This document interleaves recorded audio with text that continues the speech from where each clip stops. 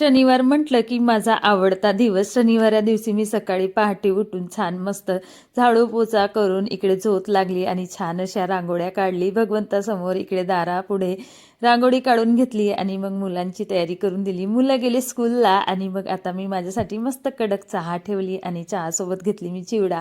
आता माझा नाश्ता तर झाला. तर आज स्वयंपाकामध्ये मला फक्त डाळ पालक आणि भातच बनवायचा होता.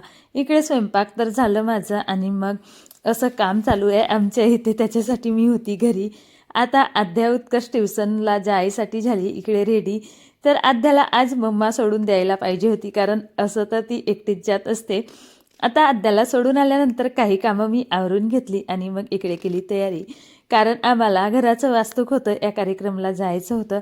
आता तिथे गेलो, मस्त छान यांचं घर वाटलं, चर्चा वगैरे केल्या आणि आमचे 2-3 फॉलोअर्स छान भेटायला आले. आता या ताईसोबत मी फोटो काढून घेतली. आता त्यांच्यासोबत तर नाही काढली. आणि यांच्या इथं खूप छान अशा बाबाच्या रथाची फोटो दाराच्या समोर लावलेली होती. बाय सर्वांना, भेटू नेक्स्ट ब्लॉग.